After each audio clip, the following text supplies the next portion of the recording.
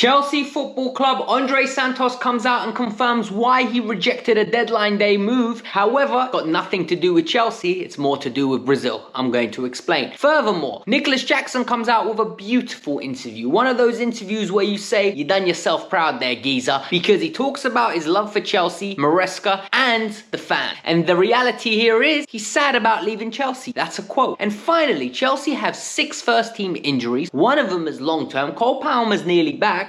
But we've got 2 midfield issues. Asugo's injured now as well. We're going to break it down. We're going to talk about it because if this starts to accumulate, this might impact the first team. Before we get started, number 1, hit that like button. It's the international break. I need all the help I can get. It's the best way for you to support the channel. Secondly, subscribe, all right? If you like football related content, subscribe and hit that bell notification. Trust me, I deliver consistently good content. My stats show it. And finally, hit that hype button. Let's get it. I want to start with the Andrey Santos news because I believe it's one that has been taken massively out of context, but in reality, I don't think he should have said what he said. I said a few days ago there was a bid that came in that was in and around 70 million euros for Andrey Santos from a Saudi club on deadline day. The club rejected it. The player immediately rejected it, even though he was going to earn 5 times the amount of money that he currently earns. And the player spoke about it. He said, look, a bid came in straight away. I said no. I want to play for Brazil at the World Cup. Playing for Brazil at the World Cup is my main priority. Playing for Chelsea in the Premier League is the way that I'm going to be able to achieve it. Rather than playing as in Saudi Arabia, it reduces the chances. For me, this is an honest comment. And this is where we need to ask ourselves, what do we want from our football players? Do you want your football players to give you AI answers where it's like ChatGPT? It's literally the perfect answer when you read it and you're like, I don't believe this. This is not real. Or do you want your footballers to give you personality, honesty, and more importantly,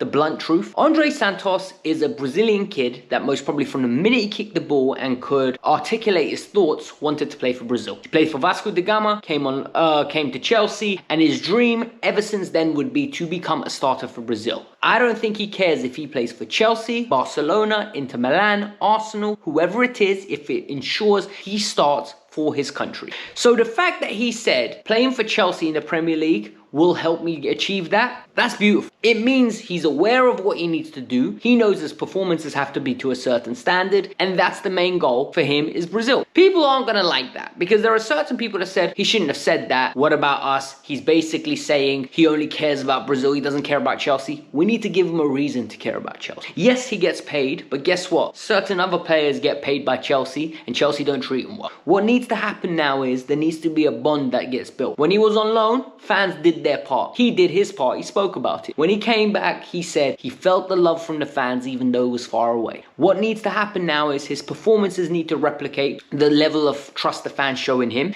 and the fans need to be patient and allow him to have the platform that the manager gives it. For me, Andrey Santos is pivotal, especially with Romeo Lavia's consistent injury issues and Asugo's muscle problems that he has now picked up. I'm going to talk about it later on in the video. Santos is imperative to stay fit because all we have is Caicedo and Enzo otherwise. Santos can play in both roles. He views himself as a defensive midfielder rather than a box crasher. It's going to be very interesting to see how he develops throughout his career. Very exciting times ahead. I think he's going to be Brazil's starter. Genuinely, I think there's going to be a midfield of him and Bruno Guimarães at the next World Cup. Speaking of relationship with players, Nicolas Jackson has left the club and Nicolas Jackson has gone on loan. Before we get started, I want to say Nicolas Jackson got 31 goals for Chelsea. He got 12 assists in 81 games. That's 2 seasons Nicolas spent at Chelsea. And for me, considering we signed him for £30 million, it's a success. Genuinely, it's been a success. When you spend £30 million and he gets you 31 goals in 80 games, he did his job. You can't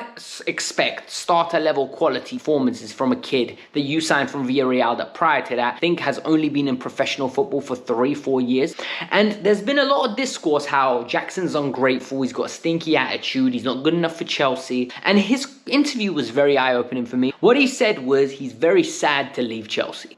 He's got great memories with the fans, great memories with the team, winning the Club World Cup, as well as winning the UEFA Conference League was a very proud moment for him that he'll hold on for the rest of his life. I love that statement. It just shows how important stuff like this is for players and that winning breeds a culture of winning. And then he added something where in life you don't always get to achieve what you want. He has nothing but gratitude for Enzo Maresca. I'm paraphrasing here. The quotes will be up. He basically says he loved learning from him. He loved his playing style. He made him a better player, and he only has gratitude for Chelsea Football Club. Then he went on, and this quote really picked up a lot of steam. Because you know, people only read selective quotes rather than reading the whole article. And he said, when he plays for Bayern, he's going to do whatever it takes to be the best player for that team. And then the comment of, when he plays against us, he's going to try his very best. And people are like, oh, look at him, he's so ungrateful, he hates us. All I'm going to say is the people that are complaining about him hating us are the same people that complained about Nicolas Jackson's every little touch and were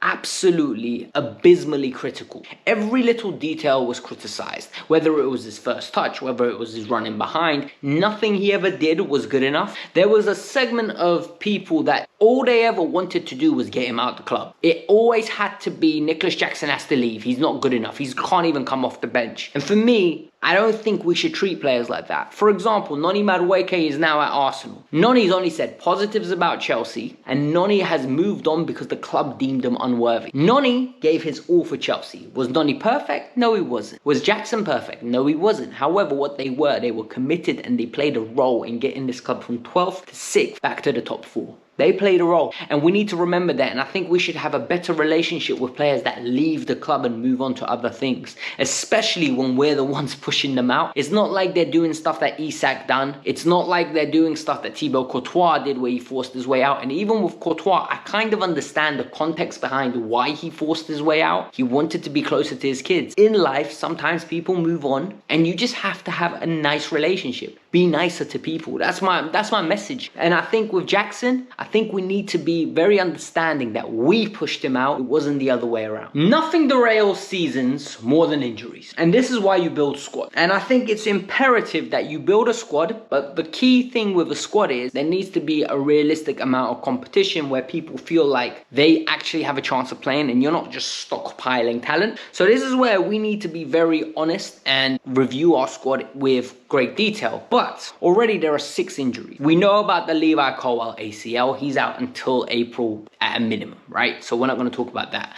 Cole Palmer has indicated that he's going to be back. I don't even know what he's injured with. All we know is he came off with a slight groin issue in the warm-up. We don't know if that's been an issue all along. He said soon back on Instagram, which gives me an indication that hopefully he'll be back for Brentford. Hopefully he's back in training. He's doing light training, and next week they can build him up. Brentford, he's back in the team, and we're ready to go with Cole Palmer. The lap, there's been no confirmation on the scan. We don't even know the magnitude. What we heard was from some few ITKs that it's 4 to 6 weeks, could be longer, could be 8 weeks, nothing more. I would love to hear some detail, maybe about the nature of it. I can't wait for Enzo Maresca's press conference next week. He tends to give us a little bit more snippets. Badiashile and Lavia, bro, we were literally told Lavia is not going to be ready for Brentford. And what's funny is the Lavia news is always like this. Oh, there's hope that he could be on the bench for Palace. Oh, there's hope we can be ready to train with the first team against Fulham. Oh, there's hope that he can be back for Brentford. Then we get told it's delayed, and all of a sudden he's missed 4 or 5 games, and we're in a predicament where it's like, yo, we're going to be into game week 4 and Lavia is not around. The last thing we needed was Dario Asugo going down, and apparently, according to the Portuguese under-21s, the guy's got muscle injuries again. He missed the Club World Cup. Why? Because he got muscle injuries, and now he's got muscle injuries.